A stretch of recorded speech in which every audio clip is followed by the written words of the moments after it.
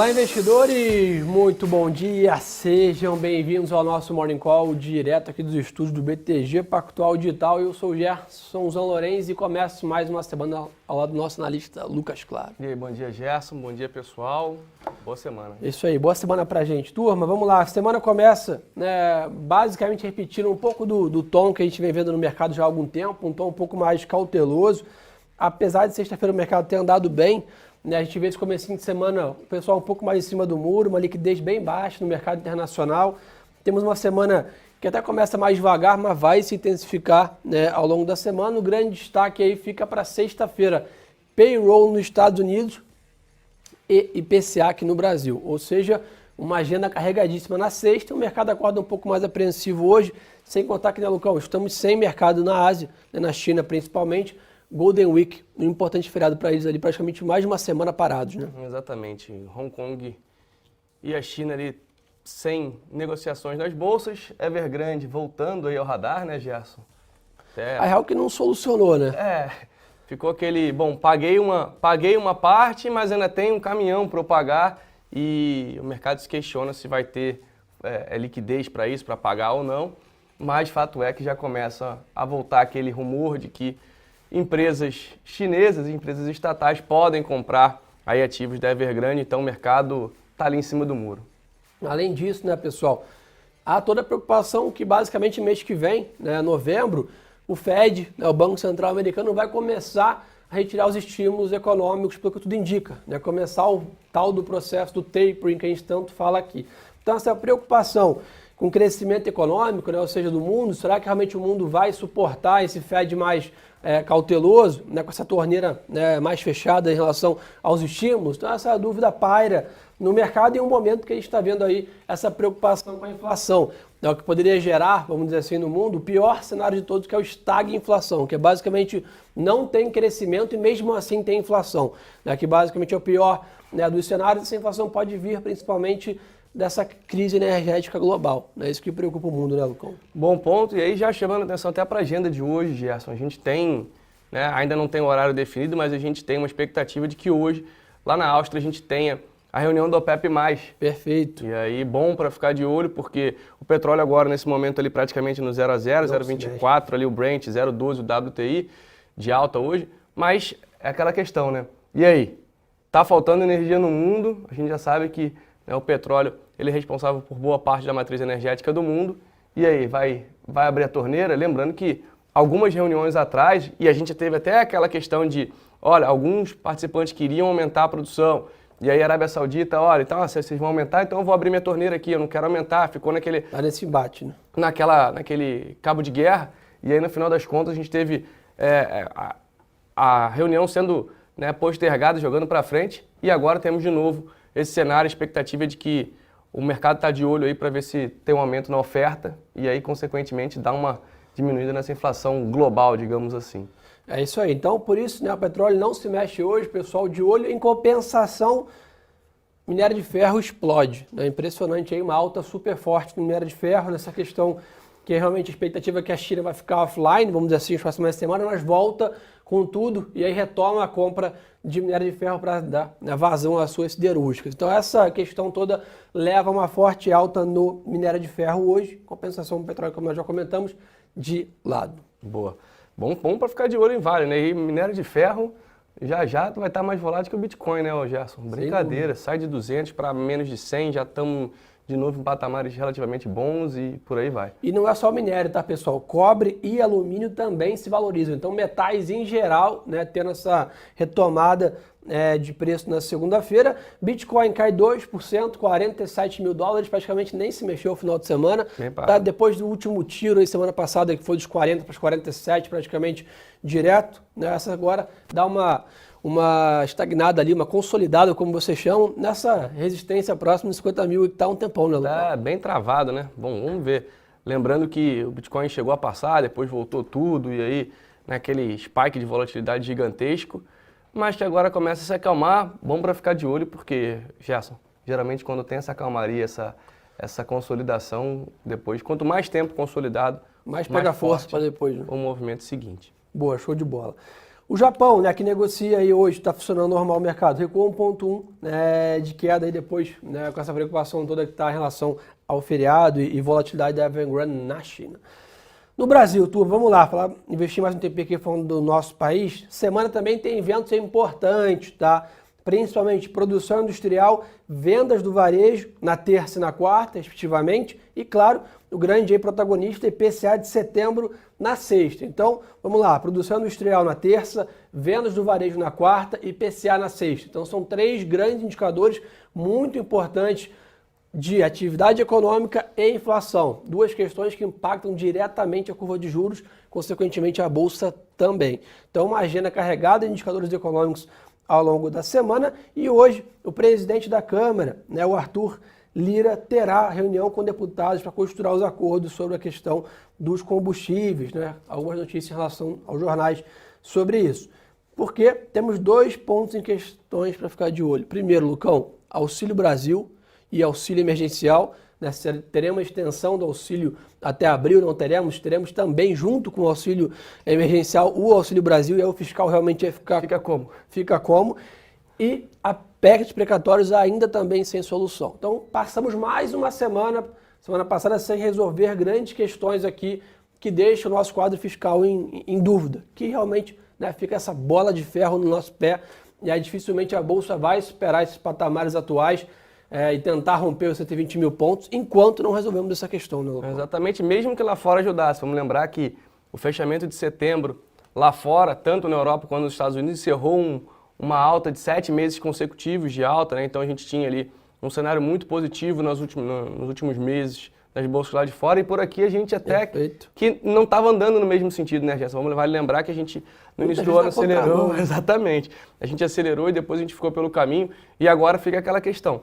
Lá fora desandando ou realizando parte dos lucros, isso não quer dizer que lá fora vai entrar numa tendência de baixa, mas aproveitando para realizar uma parte dos lucros. E aqui a gente com esse imbróglio fiscal, assim, essa situação mais complicada, empurrando as coisas cada vez mais para frente, né, mais para o final do ano, como é que vai ficar, como é que fica a cabeça do investidor, tanto local quanto estrangeiro, aqui em relação à nossa Bolsa. Boa, show de bola. Além disso, tá, Paulo Guedes participa hoje de evento virtual do TCU, aí, Tribunal de Contas da União, às 9h30 da manhã, e o presidente do Banco Central, Roberto Campos Neto, participa de evento às 10 da manhã também, e live às 4h30 da tarde. Então aí ficar de olho nisso aí, podemos ter fala do ministro da Economia e do presidente do Banco Central aí mexendo o mercado nesses horários.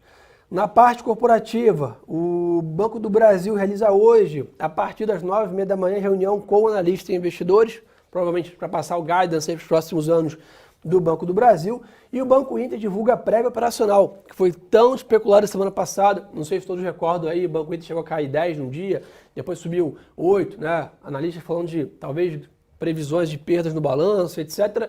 O Banco Inter correu e antecipou para hoje, Lucão, divulgação de prévia operacional. Então ficar de olho nisso também. Um bom ponto, hein? BID aí apoiou bastante, né? Falando com você também aqui, Lucão, um ponto importante aí, Petrobras não vai segurar preço dos combustíveis, disse o presidente da companhia, Joaquim Silva e Luna, em entrevista à Reuters. Bom para o papel. Exatamente. Então, ficar de olho nisso também. E a Embraer também anunciou que deve entregar até 2026, Lucão, 100 unidades do eVolts. É aquela história dos carros voadores, né? Então, bom ficar de olho nisso também. E até, já trazer um ponto em relação à Embraer, a gente viu a Embraer até se consolidando, ela acelerou, teve uma correçãozinha, não corrigiu muito, segue próximo ali, né, dos últimos topos, das últimas máximas, então bom ponto para ficar de olho. Embraer chama bastante atenção. Show de bola. Lucão, o Banco Pan comprou a Mosaico, né, dona dos sites Buscapé e Zoom, né, foi anunciado ontem essa operação. E a CBC também sofreu um ataque cibernético no sábado, tá vendo moda esse negócio. Né? Mas parece que reserva e... Mas diz que as reservas e os sites não foram afetados. Então Vida que segue aí, modus operandi normal. E a Eletropaulo aprovou a emissão de 575 milhões em debêntures. Então, esse é um pouco das notícias. Mas, Lucão, sabe o que é muito importante para comentar com o pessoal? Essa questão do Banco Inter aqui de prévios operacionais, comecem a se preparar, temporada de balanço já está aí chegando. Olhando para o horizonte de curto prazo, provavelmente, daqui 2 semanas ou até uma semana e meia, já vamos começar a ter os balanços do terceiro TRI. Né? Além disso, né, sempre tem os balanços do terceiro TRI e as projeções para o quarto e ano fechado. Né? Então é importante esse trimestre agora, porque basicamente os analistas usam esse terceiro TRI para projetar o ano, né? Então esse é um ponto importante, uma temporada um pouco mais atípica, né, do que as demais, então é bom ficar de olho. Daqui a pouco teremos aí temporada de balanços. A última temporada de balanços foi bem positiva, que ajudou a suportar o mercado mesmo com toda essa vol, né, das questões fiscais e políticas. Então vamos torcer aí para mais uma temporada de balanços boa, né, Lucão? Exatamente, eu vou ver até que Estados Unidos que já deve ter começado, né? Começa um pouquinho antes que a gente. Vou pegar aqui. E a expectativa, enquanto o Lucão procura aqui, é o seguinte, né? Toda essa retomada econômica nossa aqui do Brasil, né? Todo mundo que tem saído na rua, tem ido no shopping, né? No salão de beleza, academia, tem visto que a economia voltou, né? Voltou a ter trânsito, voltou a ter filas e etc. Então a expectativa é, voltou, mas em que patamar? Né? Como está o consumo? E essa é uma parada de balanço agora, basicamente, né? Agosto e setembro, a gente já estava com a economia bem, né, normalizada, vamos dizer assim. Então, né, 2/3 ali do trimestre passado, a economia estava praticamente 80% rodando. E agora... Então a expectativa aí, ficar de olho para ver os números, né? Quanto que isso se concretizou. Com o avanço da vacinação, agora espero que daqui para frente a gente continue nessa recuperação, né, Gerson? Para quem, por exemplo, acompanha, por exemplo, os jogos de futebol americano nos Estados Unidos, os estádios estão lotados. Boa. Começou a temporada, os estádios estão lotados, lotação máxima. Espero que por aqui, em breve, a gente consiga fazer isso também. E, ó, PepsiCo já tem na terça-feira. Boa. Tá? Já começa assim lá nos Estados Unidos, tem algumas empresas ainda de forma um pouco os mais... Bancos, né? Os bancos sempre vão primeiro também. Isso aqui Exatamente. Tá na semana que vem, provavelmente. Ponto importante, o Brasil segue firme na vacinação. Acho que esse aí é o nosso principal pilar positivo atual, né? Seguimos aí vacinando mais de 1 milhão de pessoas por dia. Passos largos aí para chegarmos em novembro aí com 80% da população vacinada, que é um ponto bem importante, para realmente, né, afastar aí qualquer chance de lockdown novamente esse ano, variante Delta, por aí vai, né, podermos voltar ao velho normal, gerar emprego, gerar riqueza, né, e trazer benefícios para a nossa sociedade, né, Lucão? Exatamente, bom ponto, Gerson. E isso vai impactar diretamente nos números das empresas, né, Gerson? Principalmente o setor de serviços. Né? Vale lembrar que o setor mais impactado, né, foi o setor de serviços. É claro, os outros setores também foram impactados, mas o setor de serviço é aquele setor mais difícil de você, digamos assim, recuperar o tempo perdido, né, Gerson? Então, bastante atenção.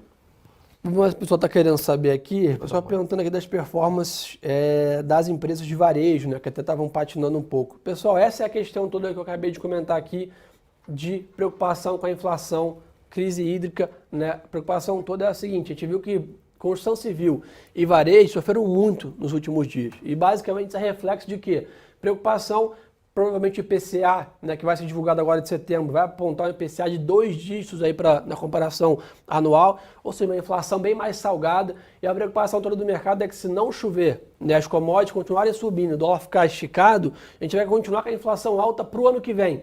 E aí, basicamente, o Banco Central vai ter que dar mais juros, né, dar um remédio mais amargo para a economia, talvez levar a Selic também para 2 dígitos. Se isso acontecer, né, a Selic mais alta impacta demais o setor de varejo, que é a economia pulsante no dia a dia, e construção civil. Então, o que impactou demais o varejo nos últimos dias foi essa preocupação com a inflação. Se começar a chover bem ali, dólar acalmar com a questão política, a gente deve voltar a gente deve voltar a ver aí o varejo voltando a performar, porque sem dúvida, né, alguns papéis estão descontados demais, principalmente lojas físicas, ali, alguns papéis como Renner, Arezzo, né, papéis que até estão na nossa carteira de top picks no final do ano, estão bem atrativos, mas existem questões macroeconômicas que são gerais de um país ou do mundo, que aí basicamente impactam tudo, né? Então quando a gente fala assim, porque Magalu estava caindo, não era Magalu caindo, era Magalu, Via Varejo, Renner, Arezzo, Hering, todos do setor caindo. Então esse é um ponto importante, sempre tentar dividir o que é micro da empresa e o que é macro do país ou do mundo, né? Ou do setor.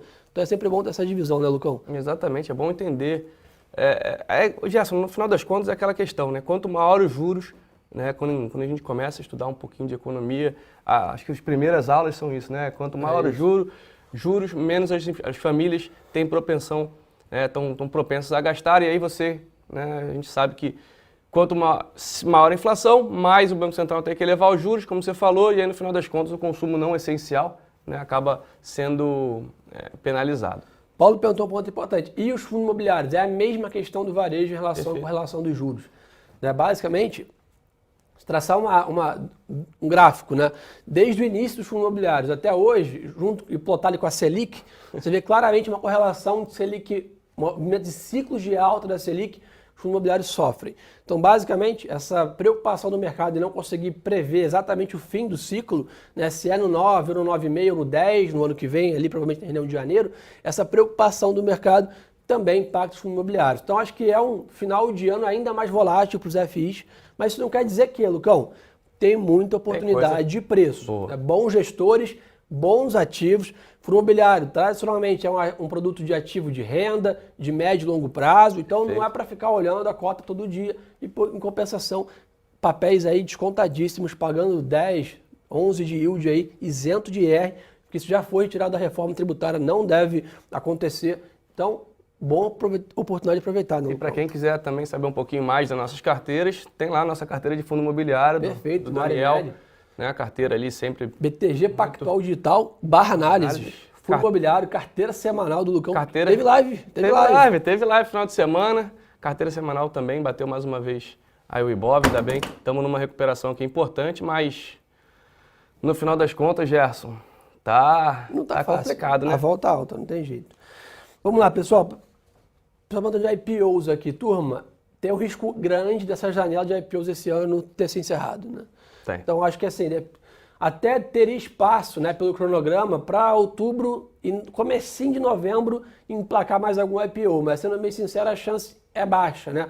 A quantidade de mandatos é alta, ou seja, tem muita empresa na fila, tem muita empresa com bons balanços, boas, né, teses de investimentos, né? A gente acompanha aqui nessa área de investment banking, mas infelizmente a condição do mercado está longe de estar positiva ou adequada para novas captações. Então o mercado está sentindo isso, talvez até saia algum 476, uma operação restrita, um follow-on, mas grandes IPOs novos, grandes empresas, está difícil ainda esse ano, a não ser que melhore muito rápido o cenário, porque para vocês entenderem, né, os IPOs possuem um rito grande, né, na CVM, são 30 dias para protocolar, depois mais 30, ou seja, você tem um tempo de burocracias ali normais do regulador, e além disso depende do mercado, você tem que casar essas duas questões. Então, não é fácil. Não dá para esperar mais uma grande quantidade de IPOs esse ano, infelizmente a janela vai se fechando, né, Lucão?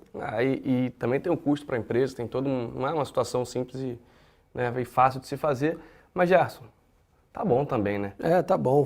Foi o melhor ano da história de IPOs aqui do Brasil.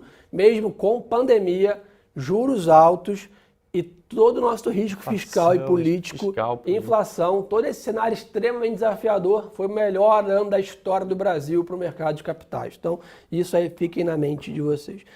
Eduardo mandou, IPCA pode chegar em 2 dígitos? Pode, né? Realmente, e deve chegar aí, pelo menos na comparação de 12 meses aí, né, a inflação acima de 10, infelizmente, na inflação de setembro. Vamos ver o pessoal quer saber mais aqui. Gerson, dólar alto é bom? Não. Né? Basicamente, a gente tem um dólar de equilíbrio, que a gente chama, né? Importante lembrar, o Brasil é um país exportador, né? Então, tradicionalmente, dólar alto deveria ser bom para Vale, JBS e etc. Mas chega um patamar que o Brasil também é um grande importador de produtos manufaturados, né? Carros, chips, e etc., gasolina. Então é importante ter isso em mente, né? Que o dólar muito alto também prejudica demais, desvaloriza a nossa moeda e gera inflação, né? Gera inflação, e isso é um ponto importante, né? O Brasil é um grande importador aí de insumos da China e dos Estados Unidos, então destaque aí dólar alto demais também prejudica a nossa... Tem um equilíbrio ali, né, para um equilíbrio saudável, digamos assim, e a gente está bem acima desse equilíbrio saudável. Já só um ponto. Manda. Saiu agora, o OPEP deve manter o aumento de produção em 400 milhões. Já saiu? Então deve manter aí a política de produção de petróleo. Então, bom ponto, vamos ver vou até ver aqui como é que se comporta o petróleo. É claro que não é exatamente online, né? Nesse momento, né? Mas o petróleo o WTI já virou para o negativo, o Brent está no 0 a 0, então deu uma aliviada, segue, não tivemos nenhuma expectativa, acho que não tivemos nenhuma novidade fora do radar, já tinha uma expectativa de aumento de produção, mas essa reunião do OPEP é sempre aquela incógnita, né? Boa. Ó, o pessoal falou bem pra gente aqui, ó, temos PepsiCo na terça, como você comentou, e JP Morgan inicia na outra semana. Então, um bom ponto aí, podem se preparar, a partir de semana que vem, temporada de balanço começa a bombar. Turma, um recado importante aqui, todo mundo perguntando onde vê as carteiras, e acompanhe nosso podcast lá no nosso Instagram. Então, @GersonZonLorenz e @lucas.mclaro. tá no pin aqui do Instagram, turma. É um clique na tela, vai lá pro nosso Instagram, quem tá no YouTube, tá no chat também. Segue a gente, acompanha o Radar da Semana, nosso podcast aí que rolou na quinta-feira, carteira semanal do Lucão, carteira de FI, carteira de dividendos, small caps, blue chips, tudo lá. ESG. Então assim, tem muito relatório, muito conteúdo. Momento agora de mercado mais volátil, mais cautela, mais importante do que nunca fazer o que a gente chama de flight to quality, né, que é voar para ativos de qualidade, boas empresas, geradoras de caixa, vencedoras no seu setor. Não é um momento, como nós vivemos já no Brasil em outros anos, né, que era fecha o olho, compra qualquer coisa e o mercado subiu. O que tudo indica, esse resto de ano e o ano que vem não serão anos extremamente fáceis, com baixa volatilidade e grande tendência, pelo contrário. Então é sempre bom estar em bons ativos, bem posicionados. Perfeito. Lucão, obrigado pela parceria de sempre. É isso, Gerson. Bom dia. Tamo Bom junto dia, pessoal. aí. Vamos que vamos. Uma ótima semana para todo mundo, tá, pessoal? Contem com a gente aqui todo dia de manhã. Estamos aí com vocês. Daqui a pouco o Luquinhas, Otto e Coxinha entram com vocês aí 9 horas. na sala ao vivo. E a gente, claro, tá sempre com vocês aqui nos canais do Telegram e no nosso Instagram, pessoais que estão aí no PIN também. Valeu, turma. Boa semana de trades a todos. E lembre-se que o melhor ativo é sempre a boa informação.